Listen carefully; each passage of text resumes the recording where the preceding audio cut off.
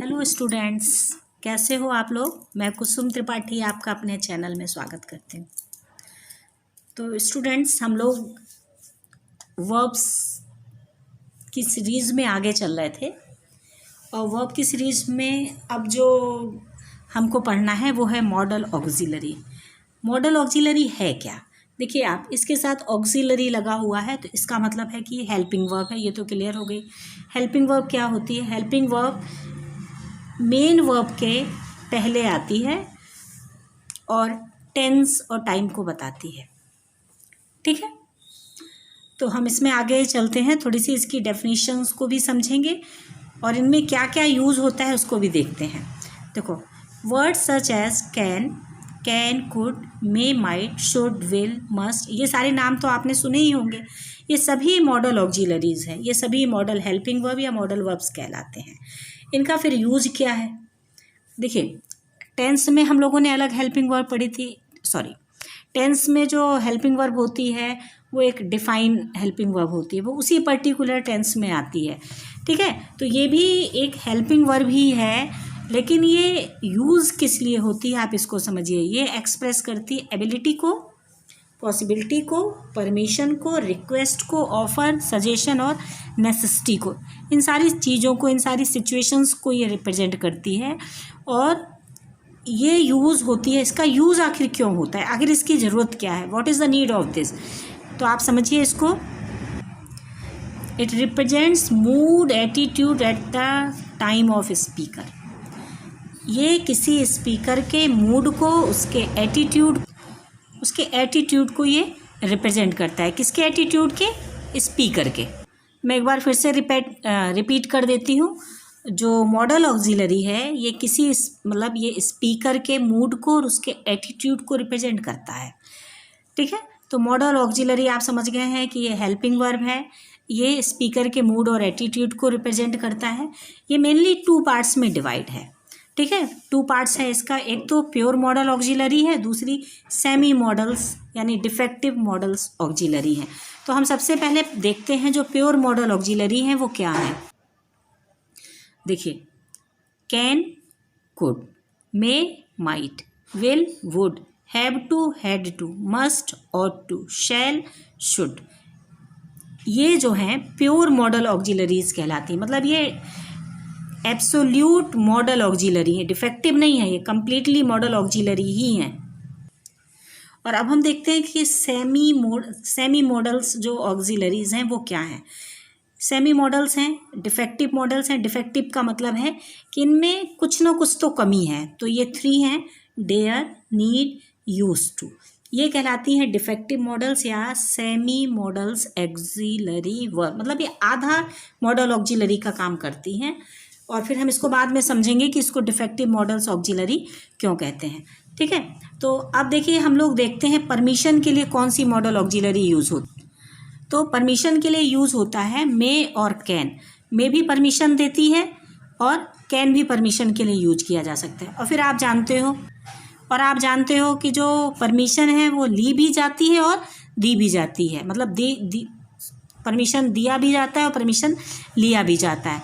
तो कब हम मे का यूज़ करें, कब हम कैन का यूज़ करें, तो उसके यूज़ से पहले हम ये समझते हैं कि मे का जो यूज़ है वो फॉर्मल परमिशन के लिए होता है। मतलब ये कोड ऑफ कंडक्ट को फॉलो करता है। कोड ऑफ कंडक्ट आप समझते हो। कोड ऑफ कंडक्ट का मतलब है कि किसी ऐसे व्यक्ति से परमिशन मांगना जिसको हमको रिस्पेक्ट शो करनी है। आप अपने प्रिंसिपल को, अपने मैनेजर को, जहाँ पे आप वर्क कर रहे हो, किसी एडमिनिस्ट्रेटिव ऑफिस में आप हो, एडमिनिस्ट्रेशन के ऑफिस में हो, वहाँ पे मतलब जहाँ पे आपको एक रिस्पेक्टफुल बिहेवियर करना है, कोड ऑफ कंडक्ट का फॉलो अप करना है, वहाँ पे हम हमेशा मे का यूज़ करते हैं। फिर दूसरी परमिशन चाहे दी जाए चाहे ली जाए वो कैन है। ये जो है इनफॉर्मल होती है। इनफॉर्मल का मतलब होता है फ्रेंडली बिहेवियर। जैसे बगल में हमारा स्टूडेंट है, हमारा कोई फ्रेंड बैठा है, उसने कहा कि मैं ले लूँ, तो ये भी देखिए, कोई भी आपकी चीज़ छीनेगा तो है नहीं, परमिशन ही लेगा। तो जब परमिशन लेगा तो वो एक इनफॉर्मल लैंग्वेज का यूज करता है। तो हम भी कह देते हैं, आप भी कह देते हैं हाँ हाँ ले ले भाई। तो यहाँ पे हम कैन का यूज़ करते हैं। तो होप आप समझ पा रहे हो।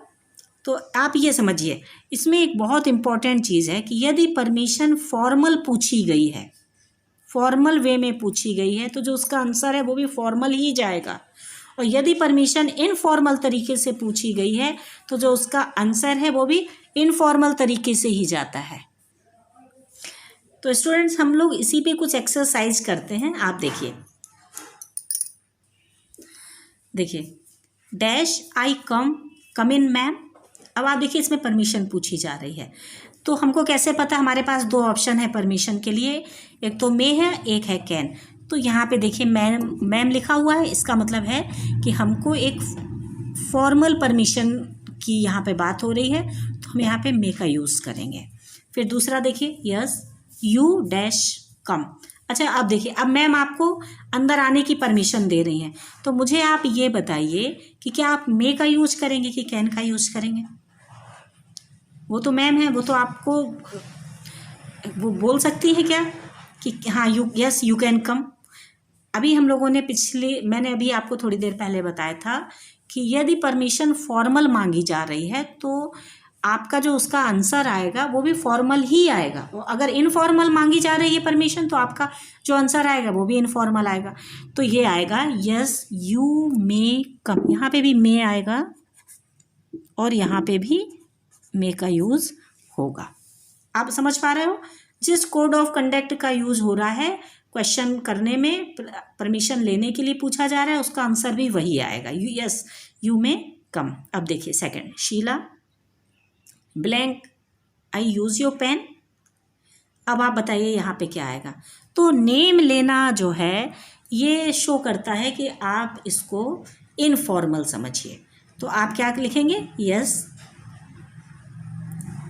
सॉरी ये आएगा शीला कैन आई यूज़। तो कैन का यूज़ हम यहाँ पे इसलिए कर रहे हैं क्योंकि यहाँ पे इस नेम का यूज़ हुआ है, ठीक है, इसलिए मे का यूज़ नहीं हो रहा है। अब देखिए आंसर क्या आया, नो यू मे नॉट या यू कैन नॉट। अभी हम लोगों ने पिछले उस पर बात की थी, थोड़ी देर पहले बात की थी कि जिस तरीके से क्वेश्चन किया गया, अगर फॉर्मल तरीके से क्वेश्चन है तो उसका आंसर भी फॉर्मल आना चाहिए। अगर क्वेश्चन जो है इनफॉर्मल वे में है तो उसका जो आंसर है वो भी इनफॉर्मल आना चाहिए। तो इसका क्या आंसर आएगा, नो यू कैन नॉट।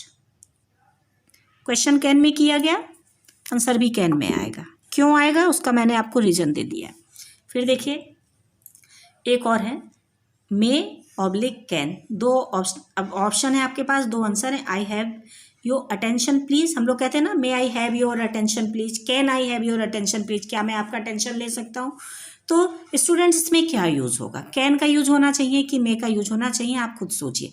बेटा ये एक फॉर्मल वे है, आपने बहुत बार सुना होगा, स्टेज पे जो एंकर्स रहते हैं, टीवी पे जो एंकर्स बोलते हैं वो इस सारी लैंग्वेज का यूज़ करते हैं।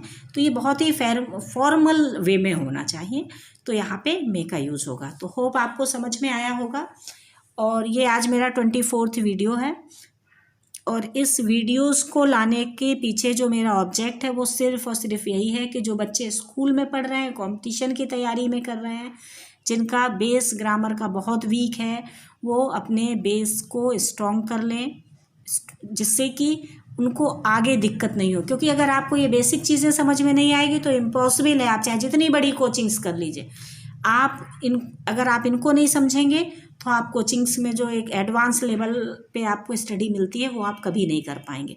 तो होप आपको पसंद आया होगा और मैं आशा करती हूँ कि आपको अगर मेरा डीलिंग ऑफ कंसेप्ट अच्छा लगा होगा तो शेयर और सब्सक्राइब आप ज़रूर कर देंगे। Thank you so much.